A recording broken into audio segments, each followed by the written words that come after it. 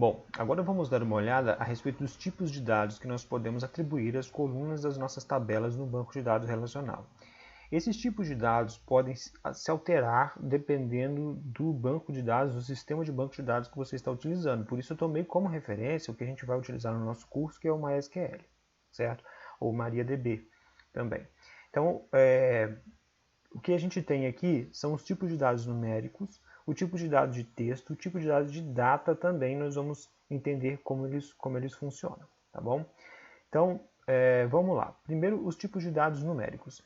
Então, para armazenar números, nós temos, por exemplo, os inteiros, tá? Os tipos inteiros, que podem ser 4 tipos. Então, a gente tem o TinyInt, né?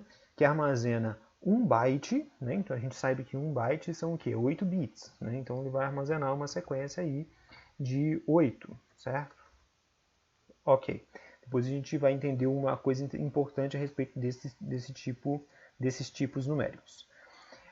O small int ele armazena um número inteiro, que representa um número inteiro de 2 bytes. Ou seja, não tem vírgula, esses números não tem vírgula, não tem quebrado, não tem casas decimais. O inteiro normal, ele tem 4 bytes, e nós temos o inteiro grande, o big int, que é de 8 bytes, ok? Então aí vai depender do dado que a gente precisa armazenar, porque de repente você precisa armazenar um dado que o TinyInt vai caber. Então vamos pegar aqui o TinyInt. Se são 8 bits, né, ou seja, 1 byte, ele vai conseguir armazenar quantos valores? Ele vai conseguir armazenar valores, 256 valores. Considerando o zero como valor, ele vai armazenar 255 valores. Né? 256 valores no total, mas ele vai armazenar um número até 255. Pois é aí que entra uma questão. A parte do unsigned, né? Signed ou unsigned. Vocês podem perceber que aqui, ó, eu coloquei a chave primária dessa tabela como unsigned big int, ou seja, um inteiro grande de 8 bytes, unsigned. Bom, isso aqui representa, né, o sinal de negativo ou positivo, tá? Geralmente o sinal de negativo ou positivo, porque o inteiro ele pode armazenar, o campo inteiro ele pode armazenar números negativos. E o sinal, ele geralmente pega um bit para armazenar esse sinal. Então é aqui, se é 0, né, exemplo, vai ser negativo, e se aqui tem o bit 1, aquele número ele vai ser positivo. É um exemplo. Então, se você já reserva um bit para armazenar o sinal, então vai sobrar apenas 7 bits para armazenar o número. Isso eu estou pegando o exemplo, o inteiro pequeno, tá? O TinyInt, correto? Então, vamos abrir aqui a nossa calculadora para fazer alguns cálculos nesse sentido. Se eu tenho, então, apenas 7, então a gente vai ter aí 2 elevado à potência de 7, não é isso? Para a gente saber quantos números a gente vai poder armazenar. Deixa eu me atrapalhar aqui. Então a gente vai poder armazenar 2 elevado à potência de 7, 128. Então de 255, a gente, considerando o zero, a gente já passa para 127, correto? 128 valores no total. E aí, isso porque a gente reservou aqui, só que vai ser 128 valores. Então, se a gente pegar aqui e dividir por 2, então, porque a gente vai ter metade desses valores que vão ser negativos, que podem ser negativos, e metade desses valores que podem ser positivos. Então, ela, teoricamente, vai poder armazenar o do menos 63, porque aqui a gente tem que pegar um valor que vai ser para o zero, né? Então ela vai armazenar, se ela for signed, ela vai armazenar menos 63 até o mais 64, correto? Ou seja, se a gente estiver falando então, no caso aqui, ó, que a gente está usando para o ID, e o ID é uma chave primária que começa com a numeração de 1, a gente não vai ter número negativo no ID, certo? Então a gente está desperdiçando, se a gente deixar ele o inteiro normal, a gente está desperdiçando metade quase metade dos valores aí que poderiam ser usados pelo banco de dados, correto? Então, é claro que a gente não vai fazer uma chave primária tinyInt. Eu só coloquei o tinyInt aqui como um exemplo para ficar mais fácil de mostrar o exemplo, mas essa lógica é a mesma para todos os números, tá? Então, a gente pode marcar aquele campo como unsigned, ou seja, sem sinal. Então, ele só armazena números positivos e a gente consegue armazenar a totalidade de números que são possíveis dentro daquele tamanho de dado, tá bom? Isso é interessante. E geralmente a gente utiliza o BigInt como chave primária, porque se a gente for pensar num crescimento do nosso banco de dados, nós vamos precisar de muitos números disponíveis para serem usados como uma chave primária. Por isso, talvez seja importante utilizar como BigInt, ok? Nós temos também os números com casas decimais. Então, nós temos aqui três principais tipos, que é o decimal, o float e o double. Tá? O decimal é de ponto fixo. O float e o double são de ponto flutuante.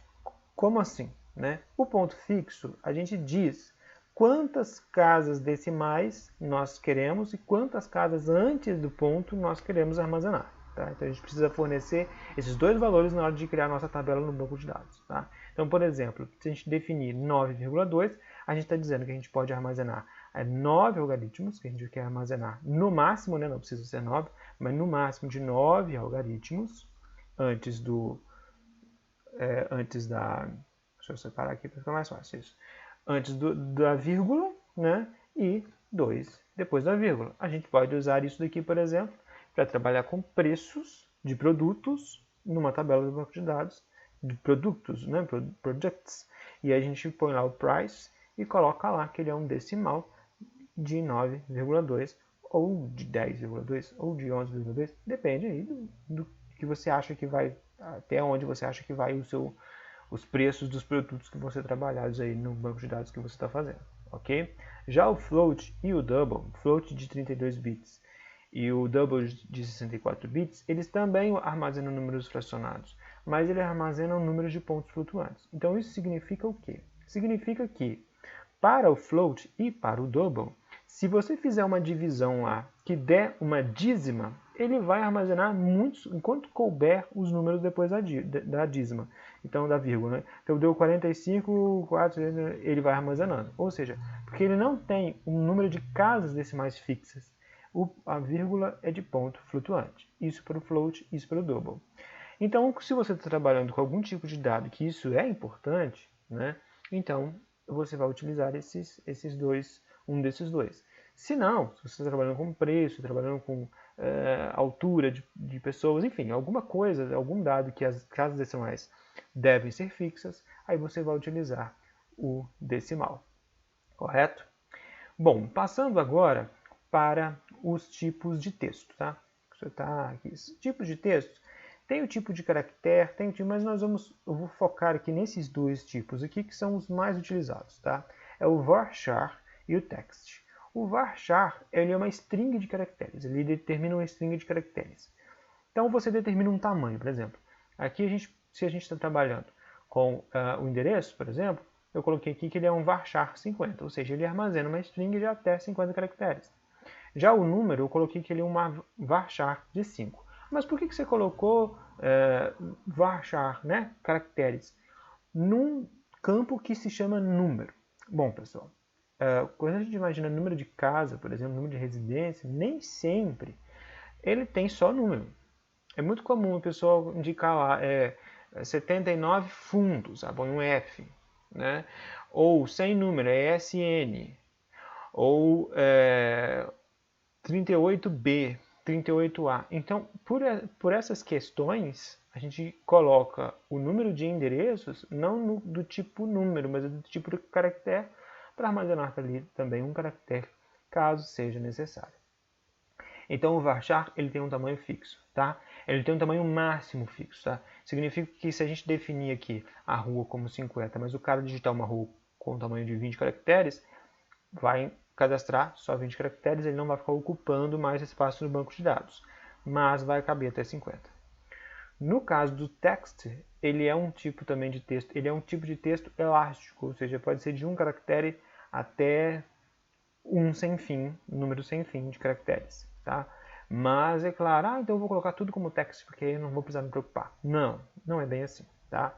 Ele precisa de ter, a gente precisa de colocar um varchar com um tamanho definido para a gente obter performance de busca no banco de dados. Então vamos supor que você precisa fazer uma consulta no banco de dados por, por rua, enfim, e aí o banco de dados, o mecanismo, precisa fazer uma filtragem desses valores.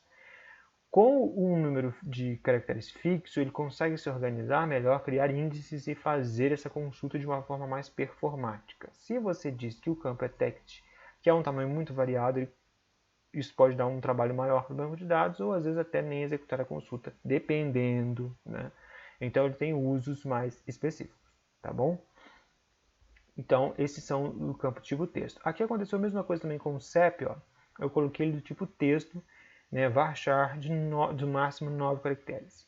Porque, bom, isso é um pouco polêmico, mas no CEP a gente pode armazenar ele em caracteres, se você quiser armazenar ele já formatado, com aquele tracinho, enfim.